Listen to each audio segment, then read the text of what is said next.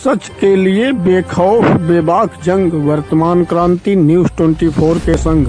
नमस्कार, स्वागत है आपका आपके अपने वेब चैनल वर्तमान क्रांति न्यूज 24 में, और मैं हूं आपके साथ गंगाधर पत्रकार। खबर है प्रयागराज से, जहां इंसानियत को तार तार करने वाली एक घटना में पुराना कटरा निवासी 70 वर्षीय विद्यावती गुप्ता की बेरहमी से हत्या करने के बाद हत्यारों ने शव को सोराव के हादीगंज में ले जाकर दफन कर दिया। आपको यह जानकर हैरानी होगी कि 25 लाख रुपए के गहनों के लिए विद्यावती के भतीजे ने ही अपने 3 साथियों के साथ मिलकर इस वारदात को अंजाम दिया था। पुलिस ने चारों को हिरासत में लेकर शव बरामद कर लिया है। जानकारी के अनुसार कटरा के मछली बाजार में रहने वाली विद्यावती के पति गणेश प्रसाद वैश्य का निधन हो चुका है। उनके 3 बेटे हैं, लेकिन तीनों अलग अलग रहते हैं। विद्यावती मछली बाजार मोहल्ले में स्थित मकान में नीचे रहती थी, जबकि ऊपरी तल पर उनके पट्टीदार के बेटे रहते हैं। वह अकेले ही घर में रहा करती थी। 17 अगस्त को संदिग्ध हालात में वह गायब हो गई। बहुत खोजबीन के बाद भी पता नहीं चला तो अगले दिन 18 अगस्त को उनके बेटे ने स्थानीय थाने में उनकी गुमशुदगी दर्ज कराई। पुलिस ने जांच पड़ताल शुरू की तो पता चला कि रिश्ते में भतीजा लगने वाला एक युवक बुजुर्ग महिला के घर अक्सर आया जाया करता था। वह उनकी देखभाल के साथ ही छोटे मोटे काम भी कर दिया करता था, जिसके बाद पुलिस ने कटरा निवासी इस युवक को हिरासत में लेकर पूछताछ शुरू की। सख्ती से पूछताछ में चौंकाने वाला खुलासा हुआ। पता चला कि बुजुर्ग महिला की हत्या कर दी गई है। पूछताछ में मिली जानकारी के आधार पर ही पुलिस ने मुख्य आरोपी के 3 दोस्तों को भी हिरासत में ले लिया। आरोपियों की निशानदेही पर शुक्रवार देर शाम सोराव के हादीगंज से महिला का शव भी बरामद कर लिया गया। पुलिस ने आरोपियों को आवश्यक पूछताछ व कागजी कार्रवाई के बाद जेल भेज दिया है।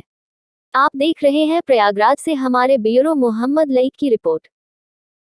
एक 79 ईयर्स ओल्ड महिला हैं जो अकेले रहती थी। उनके बच्चों से उनके संबंध ठीक नहीं थे, जिसके उनके 3 बेटे थे। वो लोग अलग अलग कहीं कहीं रहते थे। नीचे वाले हिस्से में अकेले वो रहा करती थी और अकेले ही वो बनाती खाती थी। इस अकेलेपन का फ़ायदा लेते हुए उनके ही रिश्ते में आने वाला एक व्यक्ति धीरज, जो उनके मायके पक्ष से जुड़ा हुआ है, भतीजा लगेगा, वो उनके यहाँ आना जाना बढ़ता है और वो उसकी बातों में आ जाती हैं वो काफ़ी।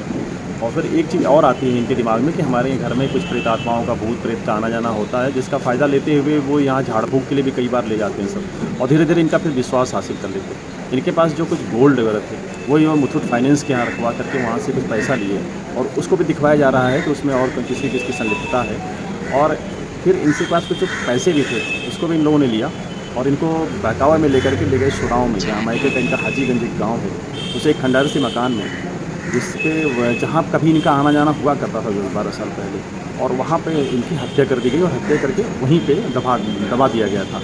पुलिस इसमें काफ़ी गहराई से छानबीन की।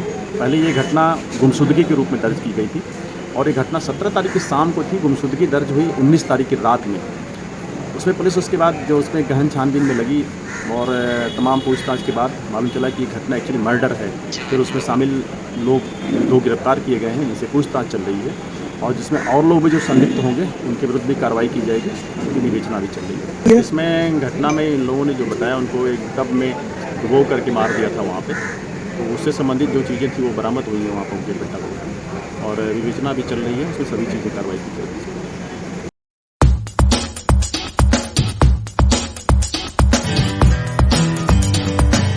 प्रयागराज से इस समय की एक चौंकाने वाली अजीबोगरीब खबर सामने आ रही है, जहां कोरोना टीकाकरण महाअभियान में शुक्रवार को कोरोना वैक्सीन की 35 वायल 350 डोज चोरी हो गई। वारदात गंगापा इलाके के सैदाबाद और धनुपुर इलाके में हुई। अभियान की समाप्ति पर वैक्सीन चोरी की खबर से हड़कंप मच गया। चिकित्साधिकारियों ने कोविड वैक्सीन की चोरी की रिपोर्ट दर्ज करा दी है।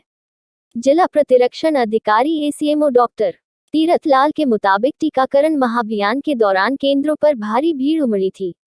लोगों में वैक्सीन की डोज पहले लगवाने की होड़ मची थी। सुरक्षा व्यवस्था थी नहीं, सो लोग वैक्सीनेटरों से धक्का मुक्की भी कर रहे थे। भीड़ में किसी ने सैदाबाद केंद्र से कोविड वैक्सीन की 11 वायल तथा धनुपुर से 24 वायल चुरा ली। काफी पूछताछ के बाद भी चोरी गई वायलों का पता नहीं चला।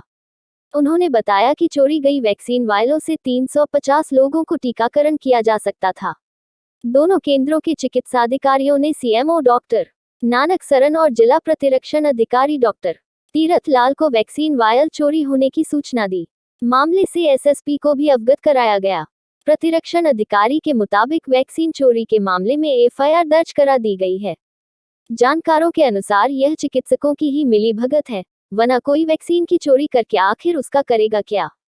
फिलहाल आइए देखते हैं मुख्य चिकित्साधिकारी के बयान और आप देख रहे हैं प्रयागराज से हमारे ब्यूरो मोहम्मद लईक की खबर। कल प्रयागराज में मेगा कैंप चल रहा था पूरे प्रदेश में, जिसमें हमने 335 बूथ बनाए हुए थे और उसमें वैक्सीनेशन चल रहा था। हर बूथ पे हमने करीब 300 के आसपास वैक्सीन दे रखा था। उसी बीच में हमारे 2 सामुदायिक स्वास्थ्य केंद्र सैदाबाद में 11 वायल और तथा धानुपुर में 24 वायल वहाँ से लोग उठा ले गए और अव्यवस्था पैदा करने की कोशिश किया। उसके उपरांत जो है हमारे वहाँ के अधीक्षकों ने जा कर के निकटतम थाने में उसकी प्रथम सूचना दर्ज करा दी गई है और सूचना के उपरांत मैंने अधिकारियों को भी सूचित कर दिया गया है।